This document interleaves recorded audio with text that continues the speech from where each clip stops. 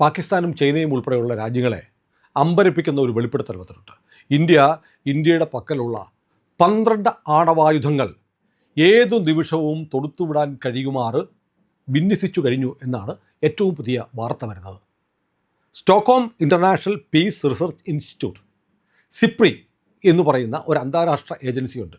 ലോകത്തെമ്പാടുമുള്ള ആണവായുധങ്ങളുടെ കണക്കെടുക്കുകയും ഓരോ രാജ്യത്തിൻ്റെയും പക്കൽ എത്ര ആണവായുധങ്ങളുണ്ട്, അവയുടെ സ്ഥിതി എന്താണ് എന്ന് അന്താരാഷ്ട്ര ആണവോർജ ഏജൻസി ഉൾപ്പെടെയുള്ള ഏജൻസികൾ കൊടുക്കുന്ന കണക്കിൻ്റെ അടിസ്ഥാനത്തിൽ പഠിച്ച് റിപ്പോർട്ടുകൾ പ്രസിദ്ധീകരിക്കുന്ന ഏജൻസിയാണ് SIPRI, Stockholm International Peace Research Institute. ഏറ്റവും ആധികാരികമായി ആണവായുധങ്ങളുടെ വിന്യാസത്തെക്കുറിച്ച് പറയുന്ന ഏജൻസിയാണ്, വളരെ വിശ്വസനീയമാണ്. അവരുടെ ഏറ്റവും പുതിയ റിപ്പോർട്ടിലാണ് ഇന്ത്യ മാരക പ്രകരശേഷിയുള്ള 12 അണുബോംബുകൾ മിസൈലുകളിൽ ഘടിപ്പിച്ച് ഏതു നിമിഷവും ഒരു ബട്ടണമർത്തിയാൽ മാത്രം തൊടുത്തുവിടാൻ കഴിയുന്ന തരത്തിൽ വിന്യസിച്ചിരിക്കുന്നു. എവിടെയെന്നറിയില്ല, അതീവ രഹസ്യമായി 12 സ്ഥലങ്ങളിൽ ഇന്ത്യ വികസിപ്പിച്ചിരിക്കുന്നു എന്ന് സിപ്രിയുടെ റിപ്പോർട്ടിൽ പറയുന്നത്. ലോകത്ത് അമേരിക്ക, റഷ്യ, ഫ്രാൻസ്, ബ്രിട്ടൻ ഉൾപ്പെടെയുള്ള രാജ്യങ്ങൾ ഇങ്ങനെ ചെയ്തിട്ടുണ്ട്. ചൈന അങ്ങനെ ചെയ്തതായി പറയപ്പെടുന്നു എന്നെങ്കിലും സിപ്രിയുടെ റിപ്പോർട്ടിൽ അതുണ്ടായിരുന്നില്ല. ചൈനയ്ക്കും ഒരുപക്ഷെ ഇങ്ങനെ വിന്യസിച്ചിട്ടുള്ള ആണവായുധങ്ങൾ ഉണ്ടാവാം. ഇത് കേൾക്കുമ്പോൾ ഇതിലെന്താണ് കൗതുകം അല്ലെങ്കിൽ പുതുമ എന്ന് തോന്നും. കാരണം ഇത് ഇതപര്യന്തമുള്ള ഇന്ത്യയുടെ ആണവ നയത്തിൽ നിന്ന് വ്യത്യസ്തമാണ്. അതായത് ആണവായുധങ്ങൾ ഡിമേറ്റഡ് അവസ്ഥയിലാണ് സൂക്ഷിക്കുന്നത്. അതായത് ആണവായുധങ്ങൾ ഒരിടത്ത് സൂക്ഷിക്കും, വാർഹെഡ്സ് ഒരിടത്ത് സൂക്ഷിക്കും, അത് തൊടുത്തുവിടാനുള്ള മിസൈലുകൾ മറ്റൊരിടത്ത് സൂക്ഷിക്കും. അതിനാണ് ഡിമേറ്റഡ് എന്ന് പറയുന്നത്. ഇത്തരം ആണവായുധങ്ങൾ ഒരു യുദ്ധമോ സംഘർഷ സാധ്യതയോ ഉണ്ടാകുമ്പോൾ മിസൈലുകളുടെ അടുത്തേക്ക് കൊണ്ടുവന്ന് ഘടിപ്പിക്കുകയാണ്. ഘടിപ്പിച്ചതിന് ശേഷമാണ് അവ വിട്ടയക്കുന്നത്, അവ തൊടുക്കുന്നത്. അതായത് ഒരു യുദ്ധമുണ്ടായാൽ ആണവായുധങ്ങൾ മിസൈലുകളുടെ അടുത്തേക്ക് എത്താനുള്ള സമയമെടുക്കും. എന്നാൽ മിസൈലുകളിൽ അവ നേരത്തെ തന്നെ ഘടിപ്പിച്ച് വിട്ടാൽ, ഞാൻ ആദ്യം പറഞ്ഞതുപോലെ, ഒരു ബട്ടൺ അമർത്തിയാൽ തൊടുത്തുവിടാൻ കഴിയും. ഇതാണ് വ്യത്യാസം. അങ്ങനെ ഡിപ്ലോയിഡ് വാർഹെഡ്സ്, ആണവ പോർ മുനകൾ ഘടിപ്പിച്ച മിസൈലുകൾ ഇന്ത്യ തയ്യാറാക്കി വെച്ചിരിക്കുന്നു എന്നാണ് സിപ്രി പറയുന്നത്.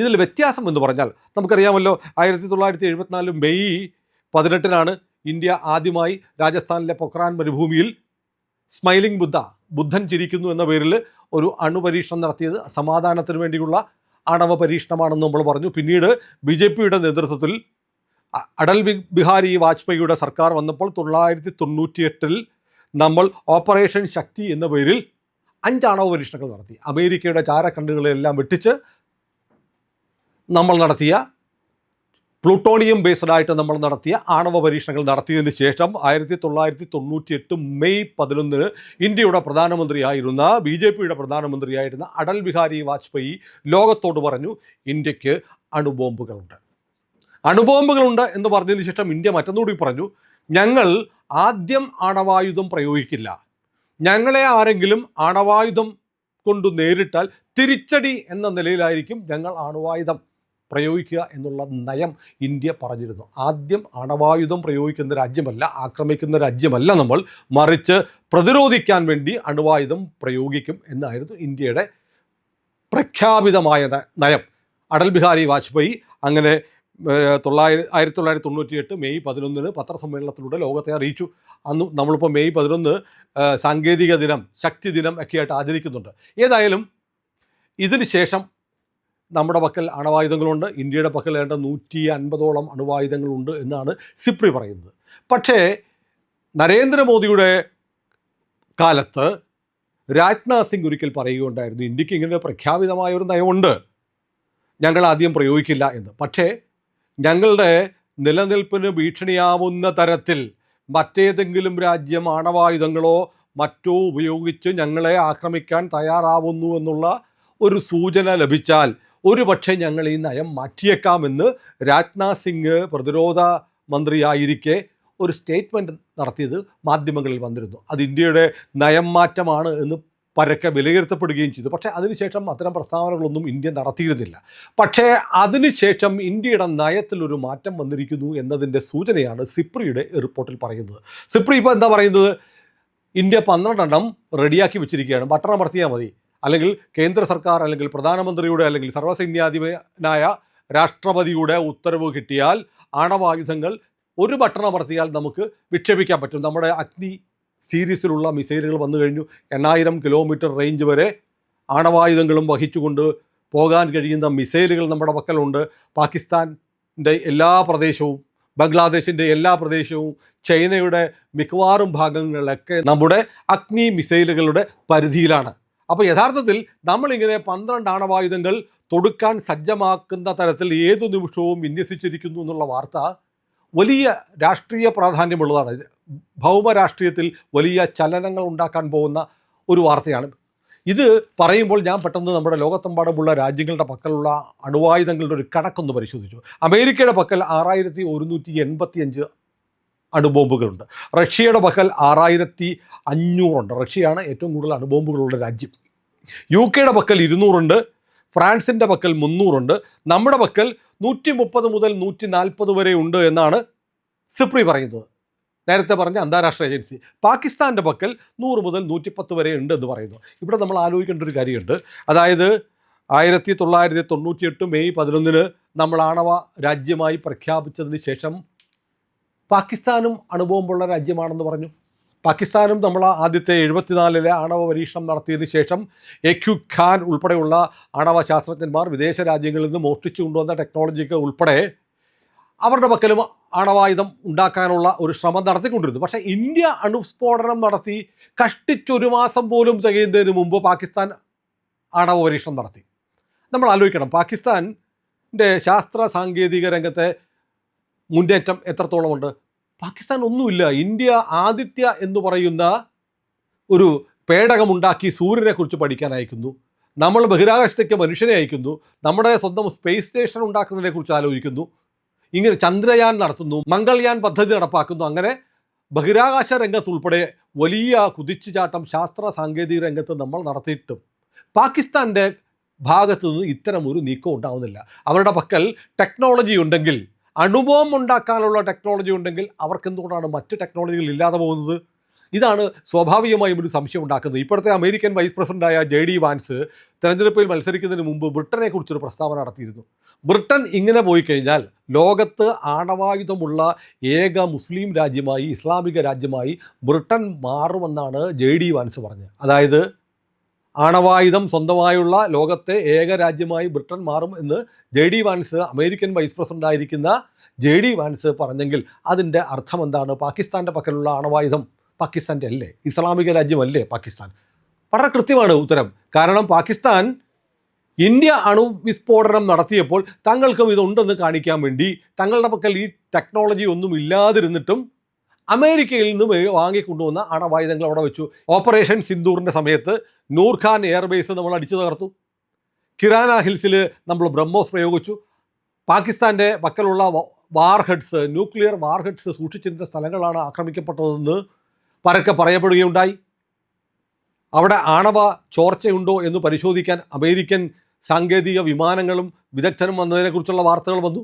അപ്പോൾ പാകിസ്ഥാൻ്റെ അണവായുധങ്ങൾ എന്ന് പറയുന്നത് അമേരിക്ക സംഭാവന ചെയ്ത അണവായുധങ്ങളാണ്. അമേരിക്ക അവിടെ കൊണ്ടുവച്ചതാണ്. നൂർഖാൻ എയർബേസിൽ പാകിസ്ഥാൻ പട്ടാളക്കാർക്കും, എന്തിന് അവരുടെ ഫെയിൽഡ് മാർഷലായ അസിം മുനീറിന് പോലും പ്രവേശനമില്ലാത്ത തരത്തിൽ അമേരിക്ക എക്സ്ക്ലൂസീവായി ഓപ്പറേറ്റ് ചെയ്തുകൊണ്ടിരുന്ന വ്യോമത്താവളമാണ് നൂർഖാൻ എന്നുള്ള വാർത്തകൾ വന്നിരുന്നു. CIA ഏജന്റുമാർ തന്നെ അക്കാര്യങ്ങൾ പറഞ്ഞിരുന്നു. അപ്പോൾ ഇതെല്ലാം കൂടെ കൂട്ടി വായിക്കുമ്പോൾ പാകിസ്ഥാൻ്റെ അണവായുധം എന്ന് പറയുന്നത് ഒരു കാപട്യമോ കളവോ ആണെന്ന് വ്യക്തമായിരുന്നു. അപ്പം നേരത്തെ ഞാൻ ഈ ലോകത്ത് ആണവായുധങ്ങളുള്ള രാജ്യങ്ങളുടെ കണക്ക് പറഞ്ഞല്ലോ, അതോടൊപ്പം തന്നെ ഇങ്ങനെ എപ്പോൾ വേണമെങ്കിലും തൊടുത്തുവിടാവുന്ന പാകത്തിൽ ആണവായുധങ്ങൾ വിന്യസിച്ച് റെഡിയാക്കി വെച്ചിരിക്കുന്ന എത്ര രാജ്യങ്ങളുണ്ട്, ആരുടെയൊക്കെ പക്കലുണ്ടെന്നുള്ള കണക്കൂടി ഞാൻ നോക്കി. അത് സിപ്രിയുടെ കണക്ക് തന്നെയാണ്. സിപ്രി പറയുന്നു അമേരിക്ക 1750 അണുബോംബുകൾ മിസൈലുകളിൽ ഘടിപ്പിച്ചു വെച്ചിട്ടുണ്ട്. റഷ്യ 1600 എണ്ണം ഇങ്ങനെ ഘടിപ്പിച്ചു വെച്ചിട്ടുണ്ട്. ബ്രിട്ടൻ 120ഉം ഫ്രാൻസ് 200ഉം വെച്ചിട്ടുണ്ട്. ബാക്കി രാജ്യങ്ങളുടെ കണക്ക് സിപ്രി ബ്ലാങ്ക് ഇട്ടിരിക്കുകയാണ്. ചൈനയെക്കുറിച്ച്, പാകിസ്ഥാനെക്കുറിച്ച്, അതായത് റെഡി ടു യൂസ്, ഒരു ബട്ടൺ അമർത്തിയാൽ ഉടൻ അണുവിസ്ഫോടനം, ആണവ ബോംബ് അയക്കാൻ കഴിയുന്ന തരത്തിലുള്ള മിസൈലുകൾ റെഡിയാക്കി വെച്ചിരിക്കുന്ന രാജ്യങ്ങളുടെ list Russia, America, UK, France എന്നിങ്ങനെ 4 രാജ്യങ്ങൾ മാത്രമായിരുന്നു. ആ പട്ടികയിലാണ് ഇപ്പോൾ ഇന്ത്യയെ ചേർത്തിരിക്കുന്നത്.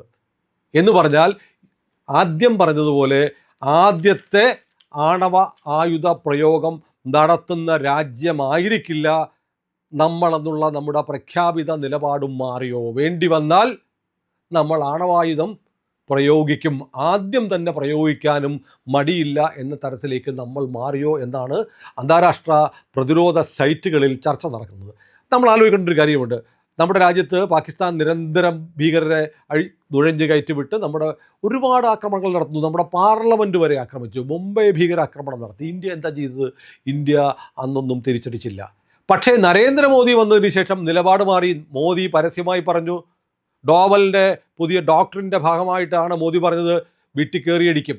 നമ്മൾ പലതവണ തെളിയിച്ചു.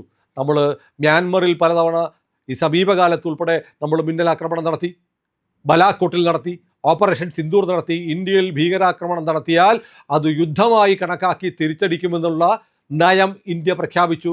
പഴയ സമാധാനകാംക്ഷികളായി കിട്ടുന്നതും വാങ്ങിച്ച് മുറിവ് തടവിക്കൊണ്ടിരിക്കുന്ന ഒരു ഇന്ത്യയല്ല ഇന്നത്തെ ഇന്ത്യ. നമ്മൾ അടിച്ചാൽ തിരിച്ചടിക്കുമെന്ന് പറഞ്ഞു. മാത്രമല്ല, ഡോവൽ ഡോക്ട്രിൻ എന്ന് പറഞ്ഞാൽ ഒരാൾ നമ്മളെ ആക്രമിക്കാൻ ആയുധങ്ങൾ കോപ്പ് കൂട്ടുന്നുണ്ട് എന്ന് കണ്ടാൽ, കരുതി വെക്കുന്നുണ്ട് എന്ന് കണ്ടാൽ, അവനത് പ്രയോഗിക്കും മുമ്പ് അവിടെ കയറി അടിച്ച് അത് തകർക്കുക എന്നതാണ് അജിത് ഡോവൽ, ദേശീയ സുരക്ഷാ ഉപദേഷ്ടാവ്, മുന്നോട്ട് വെച്ചിട്ടുള്ള ഡോവൽസ് ഡോക്ട്രിൻ. ഈ ഡോവൽസ് ഡോക്ട്രിൻ നമ്മൾ അംഗീകരിച്ചിട്ടുണ്ട്, ഇന്ത്യയുടെ പ്രധാനമന്ത്രി അംഗീകരിച്ചിട്ടുണ്ട്, ഇന്ത്യ ഭരിക്കുന്ന സർക്കാർ അംഗീകരിച്ചിട്ടുണ്ട്. അതുകൊണ്ട് നമുക്കെതിരായ നീക്കം എവിടെ നടന്നാലും നമ്മൾ അവിടെ കയറി അടിക്കും എന്നത് നമ്മുടെ പ്രഖ്യാപിത നയമായി മാറിയിരിക്കുന്നു. അതുകൊണ്ട് നോ ഫസ്റ്റ് യൂസ് എന്നുള്ള നമ്മുടെ നിലപാട് ആണവായുധങ്ങളുടെ കാര്യത്തിലും മാറിയിരിക്കുന്നു എന്നതിൻ്റെ തെളിവായിട്ടാണ് 12 ആണവായുധങ്ങൾ നമ്മൾ എപ്പോൾ വേണമെങ്കിലും തൊടുക്കാൻ കഴിയുമാറ് മിസൈലുകളിൽ സജ്ജമാക്കി വെച്ചിരിക്കുന്നു എന്നുള്ള സിപ്രിയുടെ റിപ്പോർട്ടിനെ നമ്മൾ കാണേണ്ടത്. ഇപ്പോൾ എവിടെയാണ് ഈ ആണവായുധങ്ങൾ എന്നുള്ള ചോദ്യം വരാം. അതൊക്കെ രാജ്യവുമായി ബന്ധപ്പെട്ട പരമ രഹസ്യമാണ്. വേണമെങ്കിൽ നമുക്ക് ഗസ് ചെയ്യാം, വൈൽഡ് ഗസ് നമുക്ക് ഊഹിക്കാം. കാരണം ലോകത്തെ എല്ലാ രാജ്യങ്ങളും ചെയ്യുന്നത് അങ്ങനെയാണ്. അവരുടെ ഏറ്റവും തന്ത്രപ്രധാനമായ ആണവായുധങ്ങൾ, മിസൈലിൽ ഘടിപ്പിച്ച ആണവായുധങ്ങൾ അവർ സൂക്ഷിക്കുന്നത് സബ്മറീനുകളിലാണ്, അന്തർവാഹിനികളിലാണ്. നമുക്കുണ്ട് ന്യൂക്ലിയർ അന്തർവാഹിനിയായ INS അരിഹന്ത് പോലെയുള്ള അന്തർവാഹിനികൾ നമ്മുടെ പക്കലുണ്ട്. ഇവ കടലിനടിയിൽ എവിടെയായിരിക്കുമെന്ന് ആർക്കും കണ്ടെത്താൻ കഴിയില്ല. കരയിൽ നമ്മൾ കരുതി വച്ചിരിക്കുന്ന ആണവ കേന്ദ്രങ്ങൾ തകർത്താലും കടലിൽ നിന്ന് സുരക്ഷിതമായി ഒളിഞ്ഞിരിക്കുന്ന ഒളിയിടത്തിൽ നിന്ന് നമ്മുടെ ശത്രു രാജ്യങ്ങളെ ആക്രമിക്കാൻ കഴിയും ഇത്തരം സബ്മറീനുകളിൽ ആണവായുധങ്ങൾ സൂക്ഷിച്ചാൽ. അപ്പോൾ ലോകത്തെ എല്ലാ രാജ്യങ്ങളും ചെയ്യുന്നത് അങ്ങനെയാണ്. അങ്ങനെ ഒരുപക്ഷെ ഇന്ത്യയുടെ ഈ തൊടുത്തു വച്ചിരിക്കുന്ന 12 ആണവായുധങ്ങൾ എവിടെയൊക്കെയാണെന്നറിയില്ല, അതിൽ ചിലത് ഉറപ്പായും കടലിലുണ്ടാവാം, നമ്മുടെ അന്തർവാഹിനികളിൽ ഉണ്ടാകാം എന്ന് നമുക്ക് ഉറപ്പിക്കാൻ കഴിയും. ഏതായാലും ഒരു കാര്യം ഉറപ്പാണ്, ഇന്ത്യ പഴയ ഇന്ത്യയല്ല. നരേന്ദ്രമോദിയുടെ 12 വർഷക്കാലം കൊണ്ട് ഇന്ത്യ അതിൻ്റെ രൂപവും ഭാവവും സ്വഭാവവും മാറിയിരിക്കുന്നു. വേണ്ടി വന്നാൽ അടിക്കേണ്ടിടത്ത് ആദ്യം അടിക്കാനും തയ്യാറാണ് ഇന്ത്യ എന്നതിൻ്റെ സൂചനയാണ് സിപ്രിയുടെ പുതിയ റിപ്പോർട്ടെന്ന് പറഞ്ഞ് നമുക്ക് അവസാനിപ്പിക്കാം. പ്രിയപ്പെട്ടവരെ, അഭിമാനമുണ്ടാക്കുന്ന വാർത്തയാണ്. രാജ്യം അന്തസ്സോടെ തലയോർത്ത് പിടിച്ച് നട്ടെല്ല് നിവർത്തി ഏത് വെല്ലുവിളികളെയും നേരിടാൻ തയ്യാറാണെന്ന് പറയുന്ന ഒരവസ്ഥയിലേക്ക് മാറിയിരിക്കുന്നു കഴിഞ്ഞ 12 വർഷക്കാലം എന്നതിൻ്റെ തെളിവാണ് സിപ്രിയുടെ ഒരു റിപ്പോർട്ട്. കാരണം മുമ്പൊക്കെ അമേരിക്ക ഒന്ന് കണ്ണുരുട്ടിയാൽ നമ്മളപ്പോൾ ആണവായുധവും വേണ്ട, ആണവക്കരാറും വേണ്ട എന്നൊക്കെ പറഞ്ഞ് ഓടി ഒളിക്കുമായിരുന്നു. പക്ഷേ നമ്മൾ നിർവാദം നിരന്തരം നമ്മുടെ ആണവ പരീക്ഷണങ്ങൾ തുടരുകയും ഒപ്പം ഏതു നിമിഷവും തൊടുക്കുവാൻ കഴിയുന്ന തരത്തിൽ അവയെ വിന്യസിക്കുകയും ചെയ്തിരിക്കുന്നു എന്നുള്ള വാർത്ത നമുക്ക് അഭിമാനമുണ്ടാക്കുന്നത് തന്നെയാണ്. ഇങ്ങനെ മറ്റു മാധ്യമങ്ങൾ പറയാതിരിക്കുന്ന വാർത്തകൾ നിങ്ങളുടെ മുന്നിലേക്ക് ഇന്ത്യ ലൈവ് എപ്പോഴും എത്തിച്ചുകൊണ്ടിരിക്കും. ഞങ്ങളുടെ കൂടെ നിങ്ങൾ ഉണ്ടാവണം. ഇതുവരെ നമ്മുടെ ചാനൽ സബ്സ്ക്രൈബ് ചെയ്യാത്തവരുണ്ടെങ്കിൽ ദയവായി അതിപ്പോൾ തന്നെ ചെയ്യണമെന്ന് ഒരിക്കൽ കൂടി ഓർമ്മിപ്പിക്കുന്നു.